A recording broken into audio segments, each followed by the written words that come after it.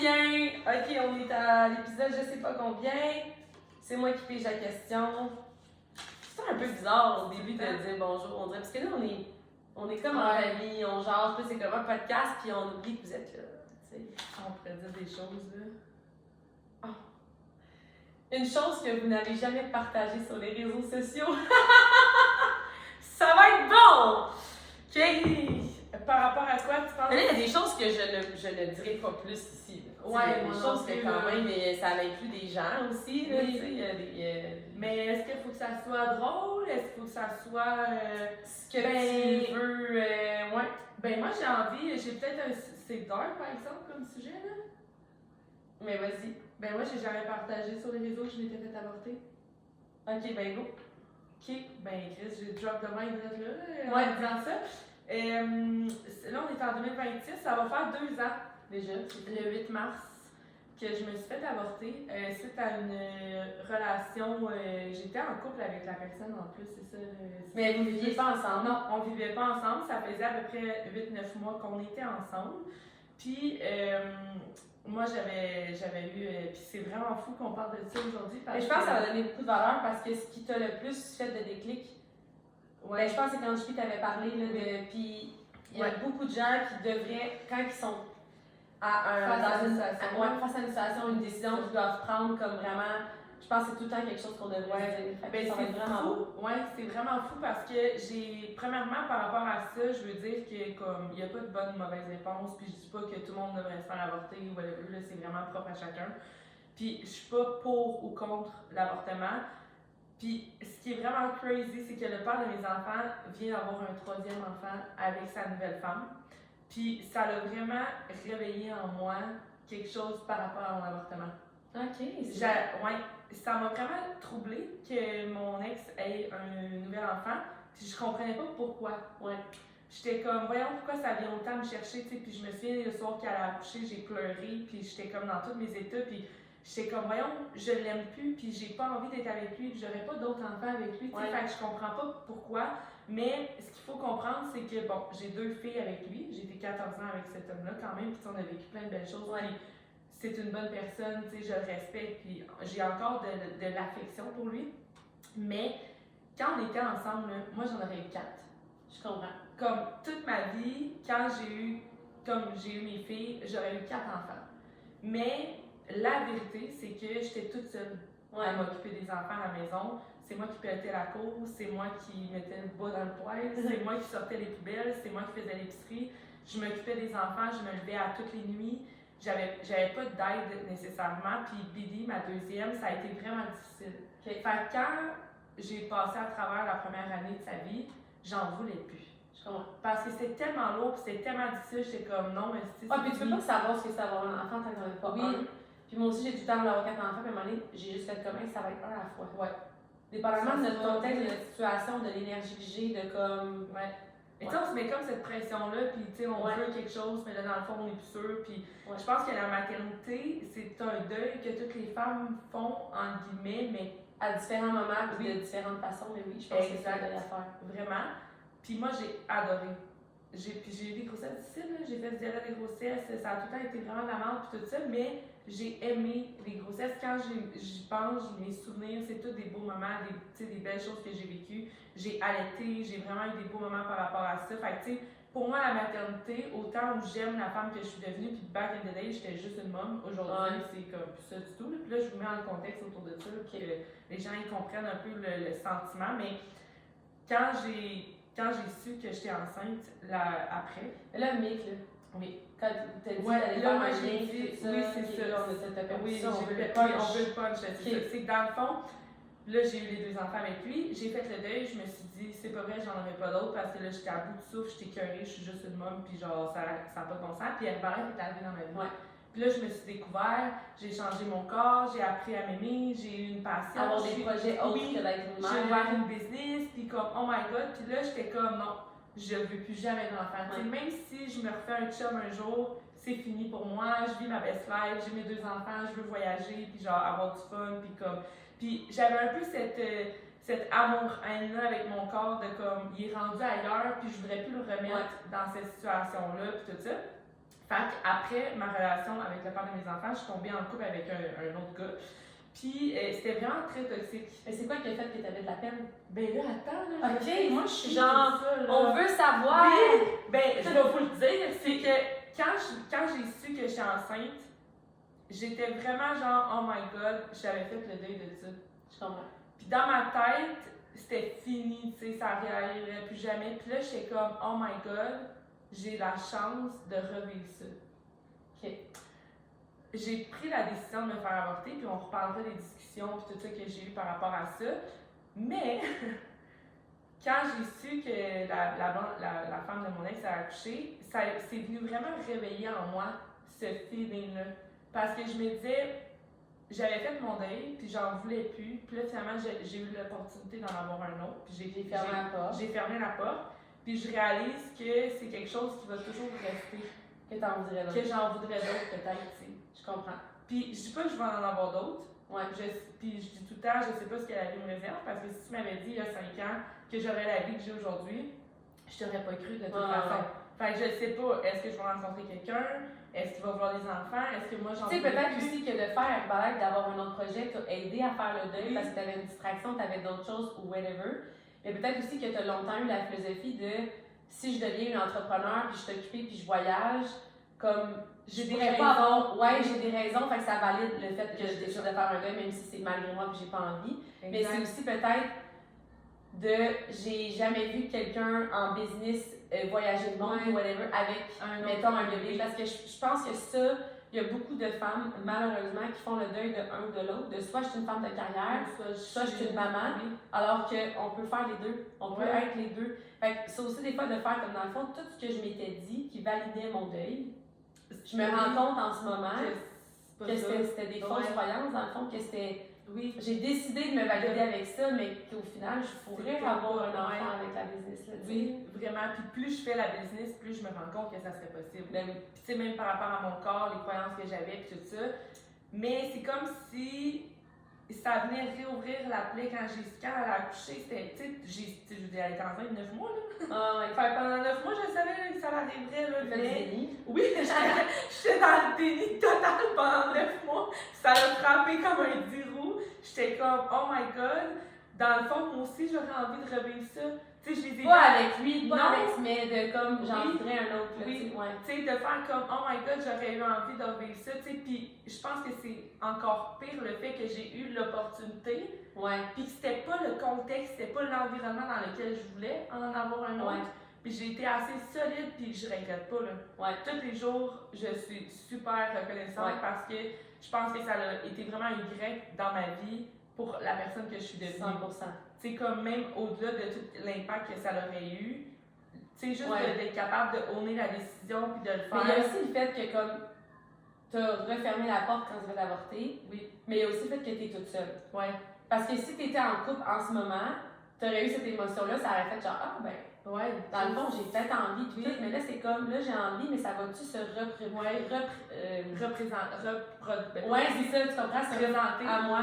Fait que, mais c'est peut-être tout ça qui. Fait que, puis tu sais, c'est comme, tu le sais pas, dans le fond, tu sais, tout le monde, tu sais, puis dans le dating, malheureusement, heureusement, un peu en guillemets, à notre âge, c'est une question qui vient rapidement. Ben oui, sûrement. Tu sais, dans le sens où est-ce qu'il y en a qui l'écrivent dans leur bio, là, je veux des enfants ou j'en veux pas, whatever, puis qui sont très clairs, c'est très décisif. Ben, je me souviens qu'avec celui avec qui tu as eu un enfant que tu t'es fait avorter, ça avait été dit dès le début, là.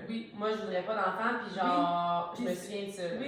Moi, je l'avais nommé, puis c'était vraiment très clair, puis encore à ce jour, quand je rencontre quelqu'un qui me pose la question, je suis comme, ben j'en veux plus, parce que j'ai pas envie d'avoir cette pression-là de... Il s'attend qu'on en ait ensemble. Puis je suis comme, moi, si ça va arriver, ça va arriver, puis ça va se faire naturellement, puis il va y avoir un contexte, puis un environnement, puis dans ma tête, je suis comme, ça va prendre du temps. Tu sais, je veux pas qu'il soit conditionné à la relation. Oui, exact. Puis c'est pas comme tu me dates, puis on va plus loin parce que tu sais que je vais te faire un enfant, alors que dans le fond, je le sais pas. Mais c'est quand même bien que ce soit dit parce qu'il y en a pour qui c'est un non négociable. Si toi, tu n'as pas cette pression-là, je pense que c'est une bonne chose. Mais il y en a très bien qui ils ont été en couple pendant des années avec quelqu'un qui n'a jamais changé d'idée, puis ça a fait comme. C'est trop un rêve important pour moi. Pour te choisir au détriment de ce que j'ai vraiment besoin de vivre. C'est vraiment important, tu sais, Mag, elle est très claire, elle n'en veut pas, point. à la ligne. Ouais. C'est même pas un ah, peut-être que. Mais moi, je me situe un peu dans une zone grise où est-ce que j'en veux pas nécessairement, mais dépendamment du contexte et de l'environnement, je sais pas à quel point je serais complètement fermée. Je comprends. Sauf que le fait que j'ai pris cette décision-là il y a 2 ans, puis que là, lui, son 3e enfant, ça a comme venu réveiller plein d'affaires, puis que j'étais comme, ok, ben, elle fais juste l'accepter que c'est là, tu sais. Ouais. À la place de faire comme, non, t'as dit que t'en voulais plus, puis comme, reste dans ton idée, puis dans. Ouais. Tu sais, on est tellement des fois. Ouais. Ah, c'est le même, c'est censé se passer, c'est la décision que j'avais eue, c'est ça. Puis l'affaire, c'est que tu t'es tellement convaincue avec le contexte que tu avais avant de dire je vais me dire que j'en veux plus parce que j'en veux plus dans ce contexte-là. Ouais. Tu as tellement cherché à te valider que là, c'est comme tu as l'impression des fois de te contredire, Ouais. de faire comme, ben voyons, c'était pas ça que tu voulais. C'était pas ça le plan, tu sais, mais en même temps, si tu as essayé de te convaincre au lieu de juste être aligné vraiment avec ce que tu veux, ben. Puis là, je suis comme, fais juste laisser aller, puis être toi, puis comme. Ça va se faire naturellement. Puis, ben, en fait, je pense qu'on est trop tout le temps. Oui, puis ça a été tellement ça toute ma vie que dans les dernières années, j'ai réalisé que même quand je le prévois, ça se peut que ça se passe pas comme ça. Puis c'est beau, c'est exactement ça qu'il faut que mais ça revient aussi à notre podcast des relations.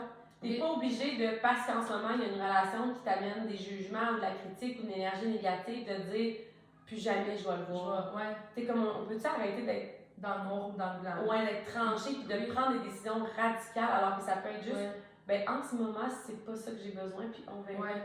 C'est beau que ça reste pas comme ça. Tu sais, dans le sens que tu peux prendre une décision, tu sais, je veux dire, j'ai pris la décision de me faire avorter, c'était très radical, il n'y avait pas de retour en arrière, mais est-ce que je dis pas que ça va réarriver, mais admettons que ça réarriverait, est-ce que ça serait la même décision? Ouais. Peut-être pas, c'est un peu à différents niveaux la même chose dans les relations. C'est quand même beau parce que le constat que t'as fait, là, t'as pas fait genre, ah, j'aurais pas dû me faire avorter puis je vais vivre dans le regret, t'as juste fait, ah, on va regarder qu'est-ce que ça m'amène comme message, comme introspection puis comme conscience pour la suite des choses. T'sais, je sais que dans ce contexte, parce que des fois le monde ils vont dire, ah, je regrette, oui, tu regrettes avec ton contexte actuel, mais est-ce que tu te souviens vraiment dans quelle situation t'étais?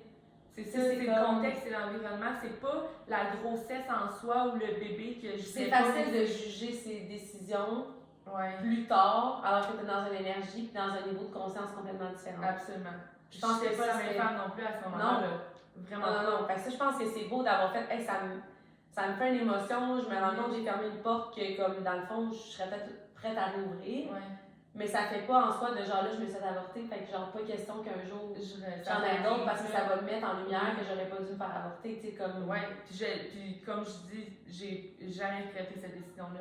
Au moment où je l'ai pris, ça a été comme c'est ça, puis je le fais. Puis depuis ce jour, je suis super reconnaissante. Puis tu sais, j'en avais parlé, j'en ai jamais parlé sur les réseaux, mais j'en avais déjà parlé sur le stage en janvier quand vous aviez donné votre événement. Puis j'avais dit que pour moi, ça avait été vraiment un Y. Puis c'est la discussion que j'avais eue avec JP.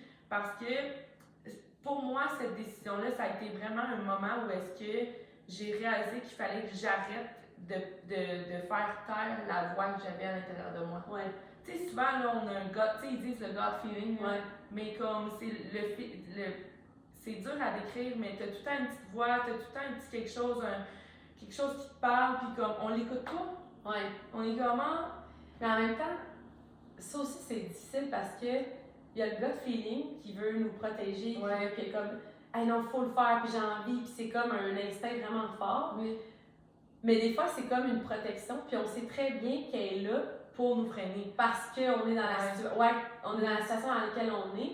Mais si on veut devenir quelqu'un d'autre, la version antérieure de nous, elle n'aurait pas cette peur-là, cette petite voix-là de genre fais-le pas, puis c'est pas bon pour toi. Mais je pense que plus qu'on apprend à s'écouter dans les deux cas, plus on apprend à détecter comme. Tu sais, hier soir, là, quand j'avais pas pu faire mon bain de glace, j'avais la petite voix qui était comme hey, à soir, là, t'en as fait déjà beaucoup, t'as fait ta prep, ça serait pas la fin du monde si t'en ferais pas un de plus, tu sais, comme. Puis j'étais comme non, cette voix-là, c'est celle qui veut me mettre dans mon confort puis qui m'empêche d'avancer. T'es capable d'avoir de l'altitude, de t'analyser, mais il y a beaucoup de gens qui sont tellement dans le gut feeling puis qui oublient qu'il vient de où ce feeling-là. Mais je pense que c'est à force de trancher puis de prendre ces décisions-là qui fait en sorte, puis plus tu l'écoutes pas, mettons, entre guillemets, plus tu sais plus. Tu sais plus si tu es bon, si tu es pas bon, si j'ai-tu. Puis moi, j'ai eu tellement longtemps des relations que la personne me faisait sentir, me remettait en question, tu sais, que ça soit mon père, que ça soit avec le père de mes enfants, whatever, tu sais, comme souvent, j'étais comme, c'est dans ma tête que je me sens mal le problème. Tu m'as souvent dit ça.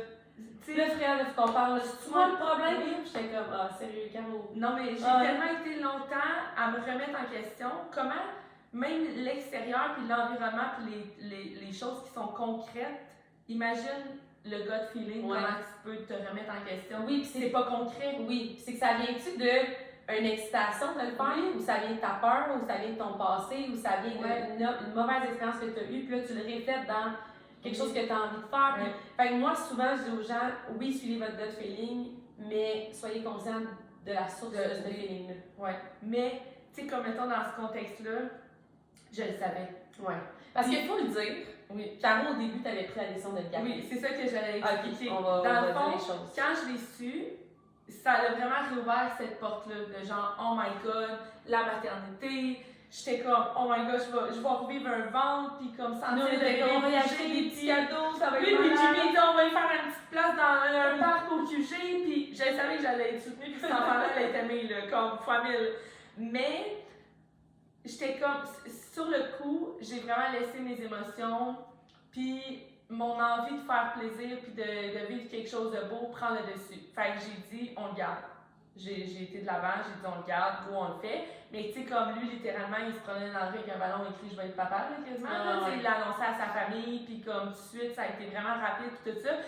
Puis là, c'est là que le feeling s'est mis à ressortir, parce que...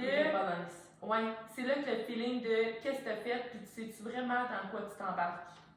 Puis c'était pas rose avec lui, là. Ça allait bien, ça allait mal, ça allait bien. Vous êtes laissé 8 fois en 8 mois, puis genre, t'es allé voir un psy, puis tu parlais de comme cette relation-là, puis genre. Oui, j'allais voir Vincent qui m'hypnotisait, là. Tu sais, comme ça le fait pas, là. Ça a été plus toxique que 14 ans. Elle m'a déjà dit, si je retourne avec, tu me puncheras dans la gorge. Elle retournait avec. J'ai pas punché dans la gorge, elle est encore là. Ça a été deux, c'est. Mais ça a été la fois la plus. Je pense que j'avais jamais vu Fred en crise. Non, en fait, je pense que ça a été la fois où elle a su que rien dire pouvait faire aussi mal que de parler. Ah, oui, parce que j'ai été dans une absence, puis j'ai dit, fais juste plus jamais m'en parler. Ouais. C'est terminé, tu n'auras plus ma compassion, mon empathie, mon soutien. Comme, c'est ça va être ça le coup de poing dans la gorge, ma fille. Tu vas t'arranger avec tes problèmes. Ça a fait aussi mal qu'un coup de poing dans la gorge. J'ai regardé du regard en faisant monter, puis j'ai fait. Je m'en souviens. Parle-moi-en plus jamais. Ouais. Je suis revenue à moi. Oui. Mais c'est que. Puis ça, c'était pas au bout de l'avortement en plus, je pense. Non. C'était au bout de la relation. Ça achevé. Ouais. Sauf que ça allait pas bien. Fait que j'ai pris la décision sur un coup de tête de le garder. Puis après ça, le feeling a augmenté. Puis là, je me suis mis à me remettre en question. Puis là, je me suis mis à penser à tout ce que ça impliquait. Puis là, parce qu'ils vivaient pas ensemble, c'était comme, OK, tu vas-tu déménager chez eux, sa maison est full trop petite, tu vois-tu perdre ton intimité, ton cocon avec tes filles? On vivait pas ensemble pour une raison. Oui. Tu sais, je veux dire, la raison pour laquelle on vivait pas ensemble, c'est parce que je voulais pas habiter avec, tu sais. T'as jamais eu le goût de faire genre, hey, on vit-tu ensemble? Ouais, fait que tu sais, je suis comme, tout ça, c'était des red flags, puis je voulais pas les prendre en considération, mais le fait que je voulais pas d'un enfant avec lui, ça reflétait en fait le fait que c'était pas bon pour moi cette relation-là, tu sais. Fait que j'ai viré ça de bord plein de fois, puis là je me sentais super coupable parce que bon, lui il se prenait avec son ballon, puis moi j'étais comme, je vais venir te le péter, ce sera pas trop long, tu sais. Toute ta famille est au courant, puis genre. Mais puis le pire là, c'est que ce podcast-là, ça va être vraiment du non-dit là. Okay. Mais j'ai eu une discussion avec JP, puis il m'a regardé, puis il m'a dit, est-ce que tu veux prendre la décision facile pour avoir une vie difficile ou avoir la décision difficile pour une vie facile? Puis quand il disait une vie difficile, là, je le voyais. Ouais. Je le ressentais, genre. Tu voyais à quel point ça allait être difficile. Oui, je savais que ça allait être difficile. Ouais. Pas juste d'avoir un enfant avec une business, là. C'était pas ça. C'était de déménager avec lui, de le garder dans ta vie parce que ça va être le père de ton enfant. Oui. Puis de comme. Puis je me voyais déjà, dans un an, peut-être me séparer puis vivre 2 gardes partagées. Puis j'étais comme, you know what? Tu veux pas avoir un enfant avec quelqu'un que tu vois déjà te séparer. Oui. C'est comme. Ça fait pas de sens, tu sais. Non. Fait que à ce moment-là, j'ai pris la décision. Puis quand j'ai annoncé, ça a été vraiment épouvantable, ça allait éclater puis tout ça. Puis j'ai pris la décision d'y aller seule, sans lui, dans le sens que, comme j'ai été Parce qu'il avait pas accompagnée, envie d'être là, ouais. mais lui, il voulait être là, puis Ok. moi, j'ai refusé parce que j'avais besoin de vivre. C'était déjà difficile là, pour moi, là, parce que, genre, malgré le fait que je savais que c'était la bonne décision, ça restait. Ouais. Quand même même. si c'était offert, tu sais, il t'a traité de toutes sortes de noms, puis il a super mal réagi, puis fait que t'as pas senti que c'était comme vraiment de cœur qu'il serait là avec puis toi. je savais que ça serait difficile, puis j'étais comme, j'ai pas envie que ce moment-là, il s'amplifie soit en dans ses la... mains. Comme je sais que je vais être capable de le vivre, puis de faire mes choses, tout ça, fait que j'ai pris cette décision-là, je suis allée, je l'ai faite, mais tu sais, juste pour vous donner une idée, lui, il a dit à sa famille là, qu'il était arrivé quelque chose, là, que genre, j'avais dû me faire avorter parce qu'il y avait eu un problème avec une anomalie ou je sais pas quoi, puis tout ça. Puis ça, pour moi, ça a été vraiment quelque chose qui a été encore plus difficile que le choix. Parce que j'allais, mettons, après dans sa famille, parce que ça s'est pas terminé tout de suite, comme eux, ils étaient genre, hey, on est désolé, puis tout, puis comme, ça va bien aller, puis nanana. Puis j'étais même pas capable de vivre mon deuil comme à ma façon parce qu'il m'avait imposé d'être en désaccord avec ton choix. Oui. Ça montrait à quel point il était en désaccord puis qu'il me supportait pas. C'est ça, 100%. Puis j'étais comme, Chris, j'ai de la misère moi-même à le vivre puis comme à l'assumer. Puis là, tu me mets dans cette position-là de mensonge puis c'est ça juste pour comme avoir l'air de. Ça a été là, une des parties qui a été le plus difficile, puis après ça, bon, j'ai terminé la relation pour de bon, puis ça s'est terminé, mais je veux dire, à ce jour, je ne regrette en rien cette décision-là, mais ça a été un grec. Parce qu'après ça, je me suis dit, hey, si t'es capable de prendre cette décision-là, hey, je dis, Chris, allez voir le gars que t'aimes pour lui dire, je pète ton ballon, puis genre, je t'annonce que je me fais avorter quand lui, il veut avoir cet enfant-là. C'est vraiment difficile quand t'es le genre de personne qui veut pas déplaire, qui veut faire plaisir aux autres, qui aime pas les confrontations. C'est comme un Y de si j'ai pris cette décision-là, je vais pouvoir prendre n'importe quelle décision difficile dans ma vie. Pour moi, je vais être capable de m'écouter à l'avenir. Puis même si ça déplaît, même si ça froisse, whatever, comme je suis capable de le faire quand je sais que c'est important. Tu sais, je veux dire, je fais pas exprès là, de. Mais c'est fou parce que dernièrement, on a une amie qui se sépare, tu sais, ça fait longtemps que je sais qu'elle va vraiment pas bien, puis que comme. Puis elle a une entreprise elle aussi, tout ça, puis ça, tu sais, ça stagnait là, tu sais. Puis à un moment donné, j'ai dit à JP, c'est con, mais je pense que tant au moment qu'elle va rester avec cette personne-là, elle n'aura jamais de croissance parce que le fait de ne pas être capable de mettre ses limites dans quelque chose qui t'épuise, qui est aussi important, tu ne seras jamais capable de le mettre pour plein d'autres choses qui va faire que tu vas rester pris dans la situation dans laquelle tu es parce que tu te mets dans une position de victime quand tu sais qu'il faut que tu prennes une décision et que tu apprends pas. Fait que ça t'a aidé à prendre des décisions difficiles dans n'importe quelle sphère. Puis je pense que la phrase que JP a nommée, c'est vraiment quelque chose que quand... Excusez-moi. C'est vraiment quelque chose que quand tu arrives à un point tournant de comme, c'est quelle décision, c'est comme, est-ce que tu prends celle que sur le coup ça a l'air le fun, puis sur le coup ça devrait ou bien tu es capable de visualiser l'impact de ça sur toute ta vie. Comme quand on s'est lancé en business. Tu sais, sur le coup, là, on va avoir des jugements, ça va être inconfortable, on va annoncer à des gens qu'on sera pas là la fin de semaine pour un souper parce qu'on a un événement. Puis comme, tu sais, est-ce que tu veux l'option facile de comme, ah ben non, tu sais, je le ferai pas parce que je voudrais pas comme avoir telle discussion avec telle personne ou justifier au souper de Noël ou whatever.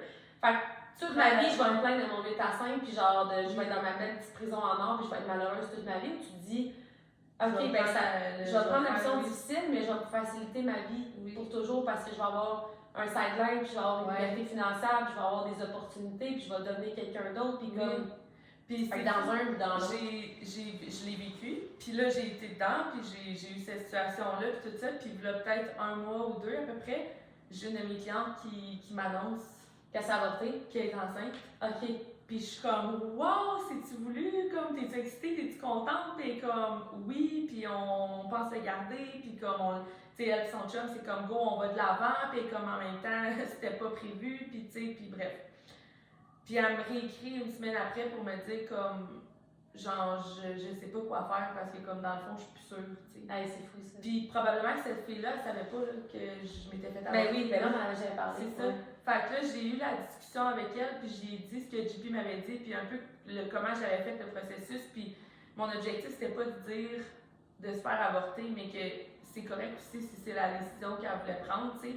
Puis une semaine après, elle m'a réécrit pour me remercier que genre la phrase que j'avais dit, que JP m'avait dit, que comme ça avait eu vraiment un gros impact, puis qu'elle avait pris la décision de se faire avorter, tu sais. Puis j'étais comme, j'ai vécu ça, puis je pouvais pas penser qu'un jour peut-être ça allait. Je pense que tout ce qu'on vit nous amène à donner des outils puis à aider quelqu'un dans la vie. Ouais. Je pense que ça dit la vie nous envoie les défis qu'on est capable de relever. Ouais. Je pense qu'ils sont pas là pour rien, puis quand on le sait, ça a pas mal. Un moment donné, pour X raison, on fait comme je l'ai vécu pour ça. Je l'ai vécu pour comprendre ça, pour aider telle personne ou tu sais, whatever. Ouais. Je veux juste vous mettre en perspective, mais la question qui est là, je veux aussi vous ramener que vous savez pas tout de ce que les gens vivent sur les réseaux sociaux.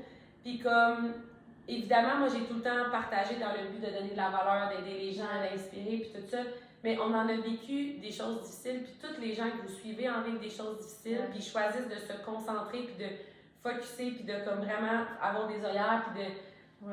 pour que ça soit... Tu sais, c'est comme une distraction positive, des fois, de dire, OK, donc qu'est-ce que je peux partager de bien, puis tout ça, mais ce que je veux vous amener aussi, c'est qu'il y en a des fois qui vont penser que c'est comme irréaliste ou irréalisable de dire, hey, moi, je serais prête d'être coach parce que je vis telle chose de difficile, tu sais. Puis il y en a même des coachs qui lâchent quand ils vivent des choses difficiles. Ils deviennent entrepreneurs, tout est beau, la vie est facile, leur routine est... Puis là, il arrive un défi, puis là, ouais, mais j'ai vécu ça, fait que tu sais, là, je me suis séparée, fait que la vie fait que... Puis là, l'option facile... Ça m'a tout le temps encore... Ça m'a vraiment permis d'être dans une énergie positive grâce à ça. Ça m'a tout le temps aidé, mais tu peux prendre l'option facile de... Vu que je vis ça, je vais arrêter de partager, je vais lâcher un peu la pédale, je vais lâcher mes objectifs. Puis ça difficile toute ta vie parce que tu te dis non seulement j'ai vécu quelque chose de difficile, mais je l'ai laissé contrôler mon avenir. Je l'ai laissé contrôler ce que j'allais faire de ça, puis comme... Tu l'as laissé comme, tu sais, j'aurais prendre de l'ampleur, j'aurais pu le laisser comme tout, tu sais, être négative, puis être dans... Je vais toujours mentionner, là, je m'étais fait avorter un vendredi, puis samedi, on avait un gala, puis j'étais là. C'est fou, hein? Puis comme, il y a même des gens qui étaient comme, t'es blême, me semble? Puis j'étais comme, ben oui, j'ai eu une intervention hier, puis comme, je suis plus malade, mais j'avais besoin d'être là. Oui, j'avais besoin d'être entourée, j'avais besoin d'être avec les gens, puis j'ai fait des stories, puis j'ai partagé l'événement, puis je veux dire, il n'y a personne qui l'a vu passer, là. Puis, mais c'est ça, puis je veux juste l'amener parce qu'il y en a plein qui disent, mais c'est fake. Mais c'est pas fake. Parce qu'on vit les choses, mais on amène juste à mettre le focus, la caméra, le whatever sur le beau, puis ça nous aide à passer à travers. Mais c'est pas parce qu'on vit rien qu'on est là tous les jours, puis qu'on fait les choses, puis qu'on inspire, puis que... C'est pas parce qu'on est inspiré, c'est pas parce qu'on est meilleur que les autres. Là, on va tout en vivre, mais on fait le choix de mettre notre focus sur ce qui va nous faire évoluer, puis ce qui va nous rendre la vie plus facile aussi à long terme. Là. Mais c'est ce qu'on aime au final. Je veux dire, moi, ça me faisait tellement du bien de le faire que comme c'était même pas je me force là, à faire semblant que ça va bien. Non, comme j'avais besoin de faire ce que j'aimais. Puis c'était ça qui me faisait sentir bien. Là. Mais tu sais, c'est comme quand les gens vivent des choses difficiles, puis ils arrêtent de s'entraîner, ils arrêtent de bien manger, ils arrêtent de... Je suis comme ça va juste empirer la situation. Tu te mets dans une situation de victimisation, tu détériores ta santé, ton énergie, tu te rabaisses en fait à l'énergie de l'événement. Au lieu de devenir la personne qui va ressortir ce qu'elle peut de cet événement-là, tu sais, pour devenir meilleur, puis comme apprendre, puis tout ça. Fait qu'en tout cas, ça, j'avais envie d'en parler. Puis là, je vais essayer de faire ça quick parce qu'on va manquer de piles. Mais moi, une chose que j'ai jamais dit, c'est que j'ai essayé l'hormonothérapie. Je suis officiellement sevrée. Mais j'en ai jamais parlé. Puis la raison, c'est pas que j'ai voulu le cacher. J'ai quelques clientes à qui j'avais conseillé de faire l'hormonothérapie.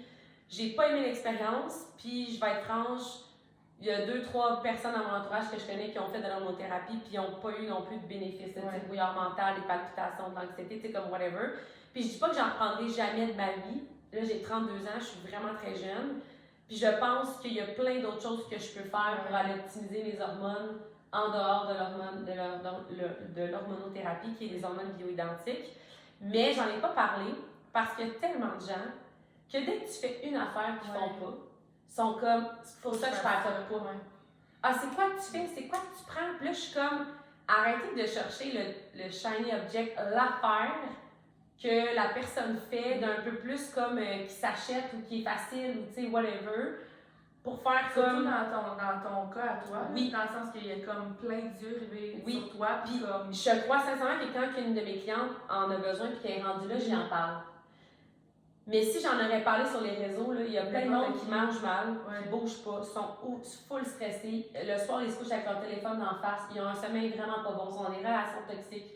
Ils prennent l'alcool à tous les week-ends, ils surdosent de caféine, ils se sous-alimentent. Puis là, ils sont comme « Ah, mes hormones vont pas bien, moi aussi je prendrai l'hormonothérapie. » C'est pas à cause... Un peu n'importe qui pourrait dire je veux dire, je vais faire ça, mais puis n'importe qui qui a ton mode de vie n'aurait pas des hormones qui iraient bien. Mais c'est plus facile de dire c'est la faute de mes hormones qui fait que j'ai pas de résultats puis que je vais pas bien. Mais puis je pense que c'est une bonne conscience d'avoir quand tu es sur les réseaux, ça vient avec une responsabilité de pas, tu sais, dire. C'est venu en fait d'un reel d'une femme de 50 ans qui dit genre le soir elle a une chance quand t'as 50 ans puis elle met genre sa plaque occlusale, elle se met ses hormones puis genre elle met des anticorps, peu importe c'est quoi. Puis là il y a plein de monde puis elle est vraiment en shape, elle se suspecte puis genre ça s'est pas fait. Je me sentais toute ma vie. Ça s'est fait de 46 ans à 52 ans, genre, puis elle est lean à l'année, puis elle a vraiment une belle shape, puis tout ça, puis elle a changé du tout au tout, elle marche à tous les jours, elle fait son gym, elle mange plus protéinées, puis toutes ces affaires-là. Puis elle dit, elle m'en a reparlé en story, puis elle dit, je trouve ça fou de voir que les gens pensent que je suis sur le six-pack parce que je prends les hormones avant de me coucher. La réalité, c'est que j'avais cette shape-là avant même de commencer à prendre mes hormones. Puis n'importe qui prendrait les hormones, ne s'entraînerait pas, mangerait mal, aurait aucun résultat. Arrêtez de penser que j'ai acheté mes abdos. Je suis au gym à tous les fucking matins. Puis on en a parlé un peu comme outré. Comme oui, c'est un optimisateur. Là. Tant mieux ce petit 1%-là que j'aurais pu aller chercher ou quelques petits symptômes que j'aurais pu m'éviter parce que j'ai commencé l'hormonothérapie. Mais de penser que tous mes efforts vaut rien, puis que c'est à cause de ça, elle était comme, allez-y, en chercher des hormones, vous allez vous rendre compte que ça change fuck all à votre vie. Puis il y a tellement de gens, moi, qui sont comme, tu penses-tu que c'est le stress?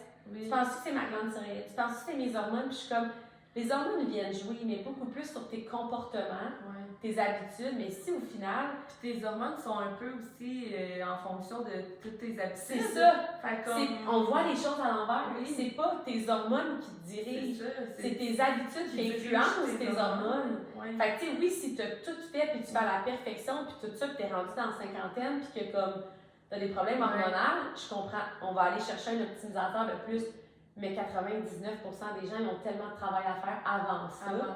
Je sais très bien que, mettons, il y en a même là-dedans que je leur proposais la supplémentation, puis ils sont comme, ah, moi, je pense pas que c'est ça qui va faire la différence. Mais c'est un peu les hormones, la plus magique. Oui, 100%. C'est de dire, hey, une petite crème, voilà, une petite crème, un petit supplément, puis comme tout se fait tout seul, tu sais. J'en ai pas parlé, puis c'est venu vraiment à chaque année depuis l'âge de 30 ans, vu que je sais que c'est comme important de regarder ça, je vais au privé. Je fais des prises de sang pour m'assurer que ma glycémie, ma thyroïde, tout ça soit belle.